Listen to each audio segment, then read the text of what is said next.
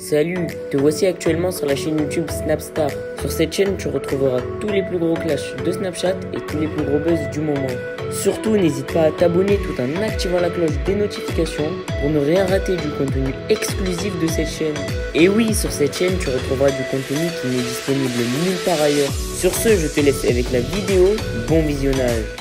Comme vous avez pu le voir en regardant la miniature et le titre de cette vidéo, aujourd'hui nous allons principalement parler de Nabil El Moudni, l'énorme Maboul. Vous devez sûrement tous le connaître, Nabil El Moudni est une figure emblématique dans le milieu des blogueurs de la télé-réalité parce qu'il balance d'énormes scoops. Comme vous le savez, depuis quelques jours, Nabil ne fait que de s'en prendre à Ramous, un chroniqueur de Touche pas à mon poste, et il vient tout juste de se faire sauter son compte Instagram et son compte Snapchat. Dans cette vidéo, le Maboul est au bord du gouffre et il annonce que son compte Instagram et son compte Snapchat ont sauté à cause de Ramous. En effet, selon le Maboul, c'est Ramous qui est responsable du blocage de ses comptes Instagram et Snapchat. Je vous laisse sans plus attendre avec la prise de parole de Nabil. N'oubliez pas de réagir dans l'espace commentaire et surtout restez bien jusqu'à la fin de cette vidéo. J'espère que tout le monde va bien. Je vous cache pas que moi ça va pas trop, voire même pas du tout.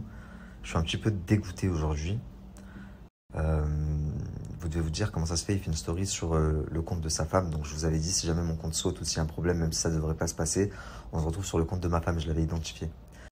Et il s'avère que j'ai perdu la main sur mon Snapchat depuis ce matin.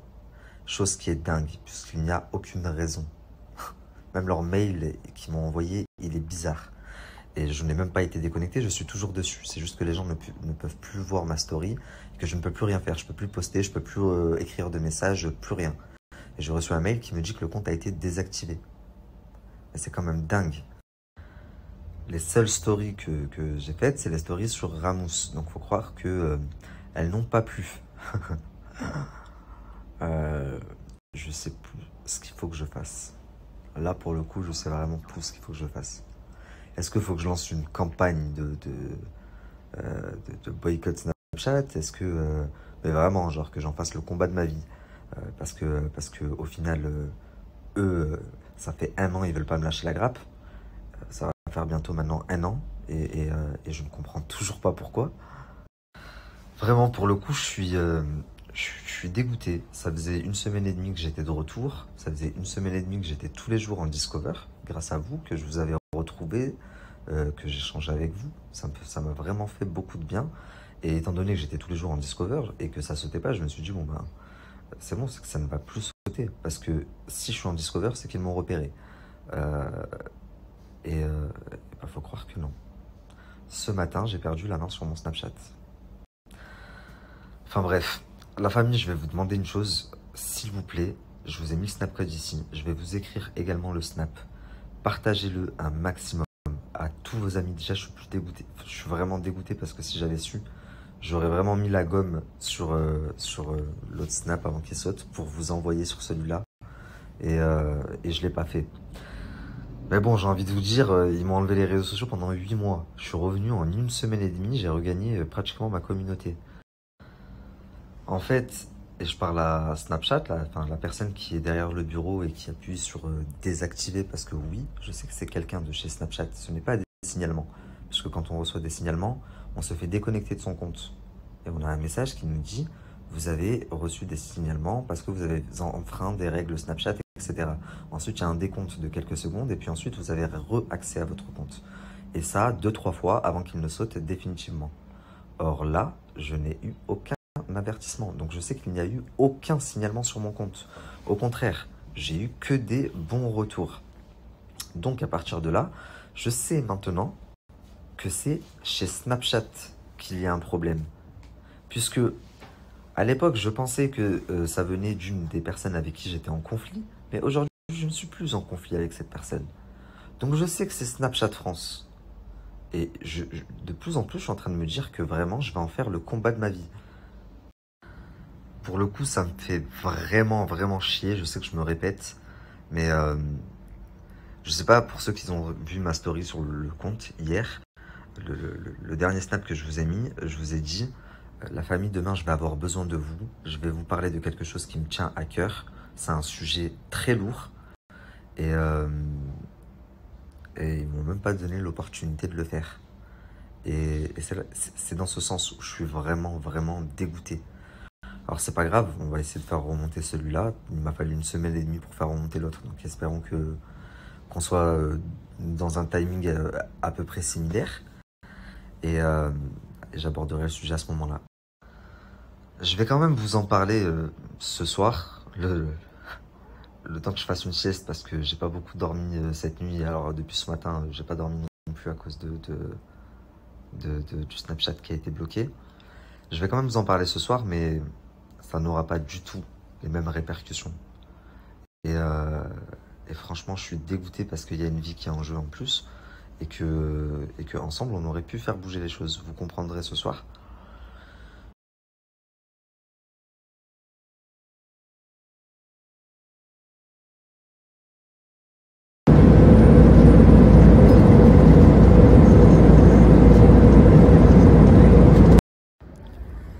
Salam alaikum la famille, j'espère que tout le monde va bien. Je suis désolé de m'y prendre un peu tard pour la story, je vous ai annoncé cette story tout à l'heure et elle est à mon sens très très très importante. Quand je dis que je vais avoir besoin un maximum de vous, c'est pas des mots. Et quand je vous dis qu'une vie est en jeu, ce n'est pas des mots aussi. Une vie est en jeu dans le sens où le pronostic vital de la personne est déjà engagé. Néanmoins, on peut faire en sorte de rendre ces derniers instants beaucoup plus joyeux. Je vais vous expliquer. Je suis tombé sur le compte d'un jeune garçon, le compte Instagram d'un jeune garçon qui a, il me semble, 14 ans et qui est atteint d'une maladie très très grave. Alors, avant d'aller plus loin, je tiens à préciser que je ne vais pas demander d'argent, je ne fais pas de cagnotte, en aucun cas. Ce que je vais vous demander est tout autre. Donc je vais vous raconter l'histoire d'un petit garçon qui s'appelle Wassim et qui est arrivé d'Algérie il y a maintenant 4 ans pour se faire soigner car il était atteint d'une leucémie. Et à l'époque, il est venu avec son père. Sauf que son père, disposant seulement d'un visa touristique, a dû re-rentrer au pays et laisser son fils chez sa tante. Donc pendant 1 an, il a été en rémission et ça s'est plutôt bien passé. Au contraire, il a été scolarisé en France, il a repris l'école. Et depuis quelques mois maintenant, sa situation s'est, j'allais dire quelque peu dégradée, mais non. Elle s'est vraiment, vraiment dégradée. Et aujourd'hui, Wassim, ce petit ange, il lui reste plus beaucoup de temps. Donc il y a quelques temps maintenant, la famille, il a dû recevoir une intervention en urgence, donc une greffe. On lui a greffé une moelle osseuse. Et la seule personne qui était compatible, c'est sa sœur. Donc sa sœur a pu venir d'Algérie pour l'intervention. Et suite à cette intervention, la famille, je suis désolé, c'est la première fois, je pense, en 2 ans que vous me voyez comme ça. Vous m'avez jamais vu dans cet état. Et je fais des pauses entre les stories parce que c'est très dur pour moi de vous raconter l'histoire. C'est quelque chose qui me prend aux tripes. Vous savez même pas idée. Donc je disais qu'à la suite de cette intervention, de la greffe, il a développé une GVH. Une GVH, pour ceux qui ne savent pas ce que c'est, je vous invite à aller regarder sur Internet. Donc ce qui a endommagé la quasi-totalité de ses organes et qui lui provoque des douleurs mais atroces, vous n'avez même pas idée. Je suis rentré dedans parce qu'il y a un peu d'artifice qui a commencé dehors, c'est juste horrible, on s'entend même plus parler. J'ai repris un petit peu mes esprits. Donc je vous disais, aujourd'hui Wassim, il est au stade 4 de sa maladie, et qui est donc le stade terminal. C'est le dernier stade. Et donc il sait qu'il va partir à 14 ans. Et tout ce qu'il demande, tout ce qu'il aimerait, c'est partir avec, en ayant sa mère et son père à ses côtés. Donc la tante de Wassim, qui est avec lui en France, a fait toutes les démarches, enfin ils ont essayé de faire toutes les démarches pour que les parents obtiennent un visa et puissent venir passer les derniers moments avec leur fils. Je pense que n'importe quel parent au monde devrait avoir le droit et même l'obligation, le devoir de passer les derniers instants de son enfant avec lui, à son chevet. Et n'importe quel enfant a le droit et c'est limite une obligation. Ça a coupé, je disais n'importe quel enfant, Mettez-vous à sa place 2 minutes, ça doit déjà être super dur. Vous vous rendez compte ou pas? Même à 50 ans, c'est dur de savoir que tu vas mourir. Tu le sais, c'est là, c'est proche. Mais alors imaginez-vous à cet âge-là, tu sais que tu vas partir et t'es loin de tes parents. Ça fait 4 ans que tu les as pas vus. Donc ils ont fait toutes les démarches en fait. Et le consulat d'Annaba, je crois, en Algérie, leur met des bâtons. Merci à toi d'avoir visionné cette vidéo et surtout n'hésite pas à liker la vidéo et à nous donner ton avis dans l'espace commentaire. Sur ce, on se retrouve dans une prochaine vidéo. Peace.